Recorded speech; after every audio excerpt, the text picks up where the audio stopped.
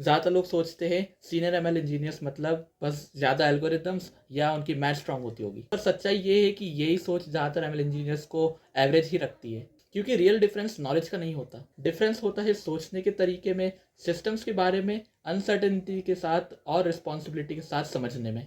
एक चीज़ मैं यहाँ पे क्लियर करना चाहता हूँ कि ये मैं खुद एज अ गुरु नहीं बोल रहा हूँ, मैं खुद भी चीज़ों को सीख रहा हूँ, बिल्ड कर रहा हूँ और काफ़ी चीज़ों को खुद से समझ रहा हूँ। कि जो भी चीज़ मैं अभी बोलूँगा वो सिर्फ मैं एक ऐसे समझ के बोल रहा हूँ कि इस चीज़ को मैं किस तरीके से समझता हूँ और मैं आपको किस तरीके से बता सकता हूँ। ये चीज़ें आगे जो भी मैं बोलूँगा वो खुद मैंने सीनियर्स को ऑब्जर्व करके, खुद कुछ थोड़ी बहुत चीज़ों को तोड़ के और साथ में पैटर्न्स को धीरे धीरे समझ के मैंने इन चीज़ों को आगे आपके सामने पेश किया है। ये टॉपिक इसलिए इम्पॉर्टेंट है क्योंकि बहुत सारे एमएल इंजीनियर्स यहीं पर ही अटक कर रह जाते हैं कि नोटबुक में तो मॉडल अच्छा दिख रहा होता है और एक्यूरेसी बहुत अच्छी आती है, लेकिन रियल टाइम सिस्टम्स में वही हमेशा की तरह फेल हो जाता है। और फिर ज़्यादातर लोग ओवर थिंकिंग करने लग जाते हैं कि हो सकता है कि स्किल्स में कमी थी या मुझसे कुछ गलती हो गई होगी, लेकिन ऐसा है नहीं।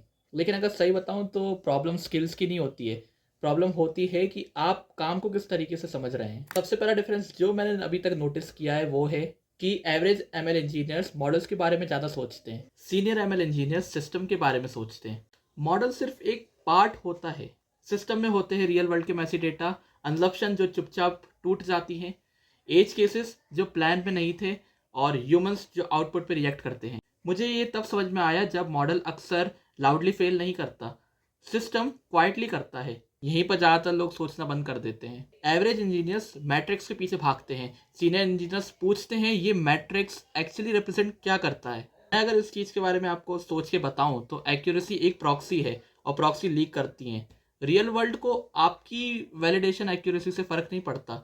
सीनियर लोग पूछते हैं डेटा चेंज हुआ तो क्या होगा, अगर गलत हुआ तो कौन अफेक्ट करेगा और कौन सा फेलियर एक्सेप्टेबल है। वो ब्लाइंडली ऑप्टिमाइज नहीं करते, वो पहले रिस्क को डिफाइन करते हैं। हाई एक्यूरेसी का मतलब अच्छा सिस्टम होना ज़रूरी नहीं है। एवरेज सोच ये है कि मैंने अच्छे डेटा पे ट्रेन किया है, वहीं सीनियर सोच ये रहेगी कि ये डेटा टाइम के साथ कैसे बदलेगा। मुझे ये तब समझ में आया जब मैंने ये देखा कि यूजर्स चेंज होते हैं, बिहेवियर में शिफ्ट आता है, इंसेंटिव इनपुट्स को चेंज कर देता है। और ये तो ऑब्वियस सी बात है कि डेटा एक फाइल नहीं है, डेटा एक नदी की तरह है जो कंटिन्यूसली अपने पाथ को चेंज करती है। इसलिए मॉनिटरिंग ट्रेनिंग से ज़्यादा इंपॉर्टेंट हो जाती है और डेटा सोर्स फीचर से ज़्यादा इंपॉर्टेंट हो जाता है। इसलिए ज़्यादातर एमएल फेलियर्स डेटा फेलियर्स होते हैं। पता है, खुद मुझे पर्सनली ये वाली चीज़ बहुत ज़्यादा लेट समझ में आई कि एवरेज इंजीनियर पूछता है मेरा मॉडल सही है या नहीं, वेयर एज सीनियर इंजीनियर ये सोचता है कि अगर गलत हुआ तो मैं रिस्पॉन्सिबल हूँ या नहीं। बस सिर्फ ये एक शिफ्ट बहुत सारी चीज़ों को चेंज कर देता है। इसी थिंकिंग की वजह से आप डिप्लॉयमेंट के बारे में सोचने लगते हो, एक्सप्लेनेबिलिटी, ट्रेड ऑफ्स और नॉन टेक्निकल लोगों से बात करता। सीनियर लोग मैथ के पीछे नहीं छुपते, वो डिसीजन को ओन करते हैं। रिस्पॉन्सिबिलिटी कॉम्प्लेक्सिटी से तेज ग्रो करती है। पता है, जूनियर्स बेस्ट सोल्यूशन ढूंढते हैं, seniors least bad option choose करते हैं। मुझे ये तब समझ आया जब मैंने देखा कि हर डिसीजन कुछ ना कुछ तोड़ता है। स्पीड सेफ्टी को हर्ट करती है, एक्यूरेसी स्टेबिलिटी को। सीनियर लोग कंफ्यूज नहीं होते, वो ट्रेड ऑफ को क्लियरली बोल देते हैं। परफेक्ट एमएल सिस्टम एग्जिस्ट नहीं करता। अब कुछ कॉमन मिस्टेक्स ये हैं कि पहली गलती टूल्स कलेक्ट करना, लाइब्रेरी सीखना बिना ये समझे कि सिस्टम वैसे डिज़ाइन क्यों होता है।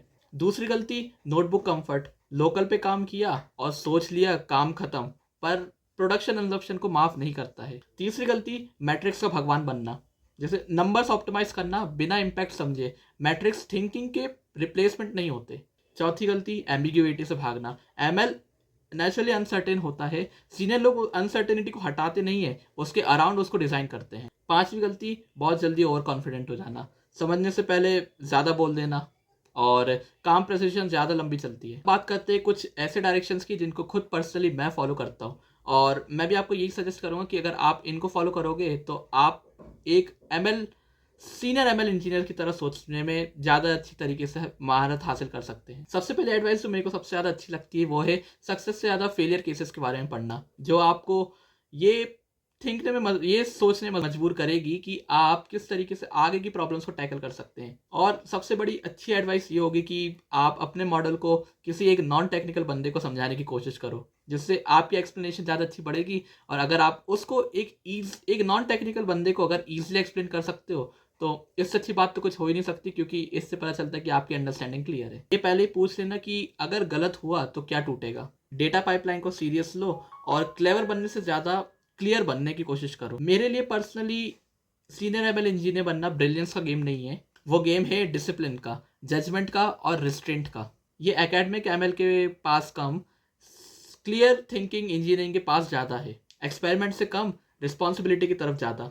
यहाँ शॉर्टकट्स नहीं होते, बस पेशेंस होता है, रियलिटी की रिस्पेक्ट होती है और ये मान लेना होता है कि अभी कुछ नहीं आता है। अगर आपको क्लियर थिंकिंग पसंद है और लॉन्ग टर्म लर्निंग और ग्राउंडेड इंजीनियरिंग में आपको बहुत ज़्यादा इंटरेस्ट है तो आप मेरे चैनल को ज़रूर सब्सक्राइब कीजिए।